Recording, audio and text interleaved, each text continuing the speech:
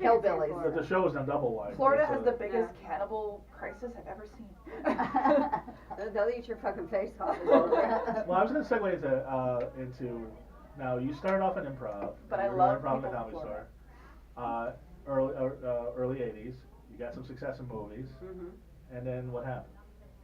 I got a really good agent, and I was always like, I would get availability on something. Like I was starting to get really good.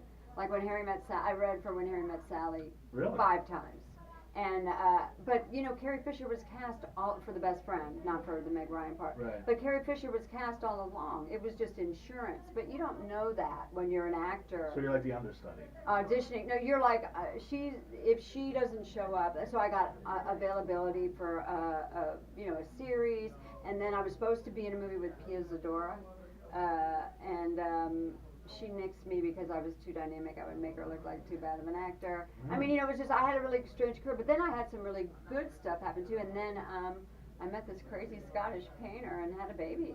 Ah. That's what cooled my heels. Yeah. Because you stopped around, what was it, around the early '90s? Yeah, early '90s.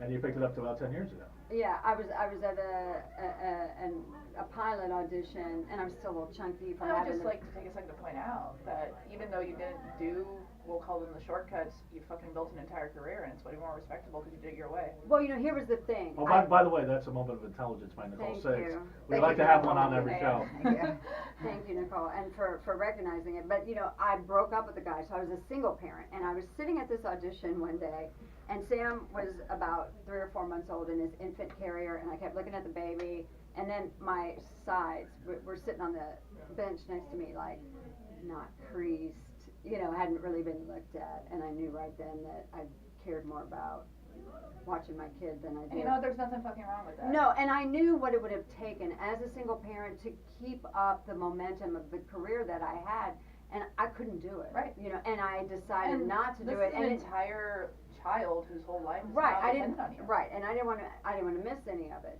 And I never really looked back or felt bad about it because I found other ways to be creative, and this is how Well, and how old is your child now?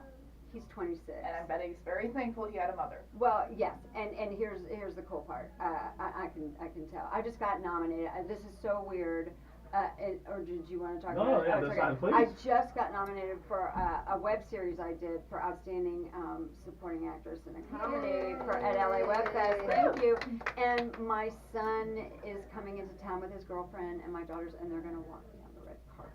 So for me, that is like, I know how, because they've put up with a lot. Because I started doing stand-up, my youngest was 10 and Sam was 16, and they gave up a lot of mom, but it was something I had to do, and for them, I feel so amazed that I can. You built your own life the way you wanted it. Yeah, that's the thing. That's like and you're never too old. Exactly. I was gonna say you still got time. You can do more stuff. You know what? And that's the thing about Jennifer too is you were talking about her doing all the really hip stuff.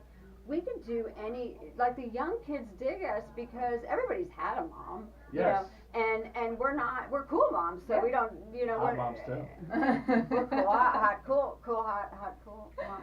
And, so we've found that the young people, go look at us like, gee, I would like to have had a mom like her.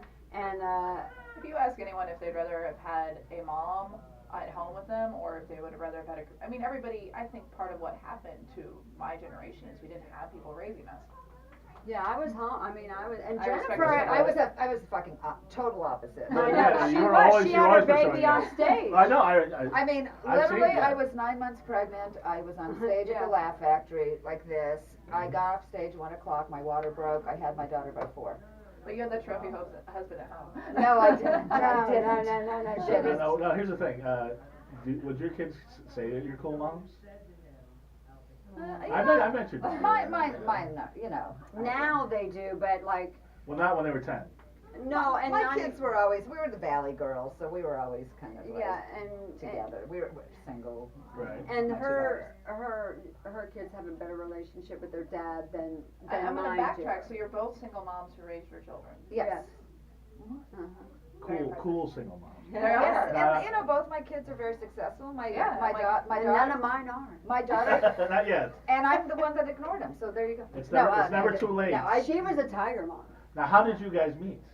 We all have only known each other for almost 3 years. I know. It's people don't believe that. We met it so complimentary to each other. Was it at a Billy Bat show? Or was it at or UBG? I think it was at UBG, which is the Universal Bar and Grill, right? Near Universal. We were just there Tuesday. Love that room. It's just so much fun. Right. Thank you, Jay Nyla Scillo, for the spot, by the way. Yeah, and she came off stage, and I just hit her up. Like, I had a friend that I was. You guys didn't think you were rivals. You thought you were. What? I saw her. You know what? I saw her on stage. I'm just asking. No, I saw her on stage, and we did a lot of our material is parallel or cross, but we're so the same but so different. Our take on stuff is so different. Yeah, that it wasn't. It's never ever. There was a joke. I can't remember what it was now, but. I didn't do it one night, and Jennifer did. I went, oh my God, it was so similar to mine, because there's so much parallel thinking. You got to get over yourself. There's like 10 topics, and everybody. Well, I know what it was because we were both. I was a PTA president, and she was in the PTA, so I had a little PTA chunk I used to do. You had a PTA chunk. Right. No, and it wasn't even that. It was a sex joke. It was a blowjob joke, I think. And I thought, oh my God, I didn't even know she did that. Blowjob, PTA, same difference. PTA's, blowjobs, you can't believe someone's being appreciated. Yes. Yeah, that's right. As long as It's been a while since I've been to a PTA meeting, but you never can tell. Yeah, we had guys on the PTA. Did you have guys on the PTA? Yes. Yeah, we had quite a few. So, how long after you meet do you decide to create 3 weeks. The Cool Moms of Comedy? And within 3 weeks of knowing each other, I think we went to Vegas. We went to Vegas. That's when I saw you, right? Maybe. No, you saw us after that. Oh, yeah, okay. after we'd been like 3 or 4 times. Yeah, we had just met each other, and she had I had a free weekend at the Sahara Hotel, which was the SLS. It's the SLS now. When they switched from Sahara to SLS, that's a while. I had stayed in Vegas or whatever. But if you had stayed at that place at any time, they sent free vouchers for a whole weekend because they wanted to bring people in. So I had already done a Slammy show, a Slammy audition. Right. When the first time the first time. Jack Slammy does shows in Vegas. That's when he doesn't pay you, which I guess. I mean, so you audition not to get paid. No, he always paid. Jack Slammy always pays. He does pay. He's a good guy. I would never. He's a great guy, and I really appreciate Jack Slammy. But anyway, so I called him up. I said, hey, my friend and I are, do you have anything for me? Maybe, I know it's last minute or even just a spot or whatever, and an audition, I want you to see my friend. Guest spot, yeah. Yeah, so he got us on, and he paid me that night, which I was really, did he pay you that night too? No, because I was already. No, but you were doing guest spot, yeah. But he paid you every time. Well, that makes sense, so you're proving that you're right. And then we hooked hooked up with the Bonkers guys, Warren Durso, and did. Because I had met Warren and Lou, when I worked, when I was a feature for Jody White, who was the headliner there. And they put us up they had a room at the SLS, which is, the previous. Yeah. And that's where they got to know me for Bonkers. Yeah, so then we got a guest set that night, and then from then, Warren saw us, and we got gigs. We got gigs from then on, yeah. Well, I think, Warren had seen me do 25 minutes. I did one of the best sets of my life that night. Right. At Ed Carr's Event Center. Okay. Just north of up by the Stratosphere. Right. North of the Stratosphere. They added a show. There was a gay politician doing his first 5 minutes. Oh, wow. Oh. And so they wanted to call, and Joe was running that room. It was like a special event kind of thing. And they called us Punchlines and Pumps.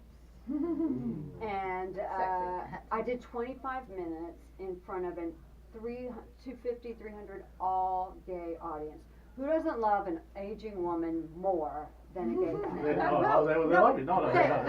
They want to be me. It was one of the most. And Joe came up to me afterwards and gave me his card. And then she had just, Warren saw them, so they booked. He allowed us to, do our thing. And they put us up in a fancy hotel. It's my favorite thing when I go. Yeah. Yes. I like fancy hotels. That bathtub is bomb. I take a bath twice a day. So is this what happens on the road? You guys are just taking baths? Oh God, we're so together. Well, you know what? Do you know how? No, I'm sorry. I didn't mean to say that, but you guys that's what he imagines. Taking turns, taking long baths. The next press thing you do, you just want to take baths. Just have someone take pictures of you in baths. Well, we while don't. wearing Lots of 1950s bubbles, lots of swimsuits. bubbles. Oh, nice. I We like don't that.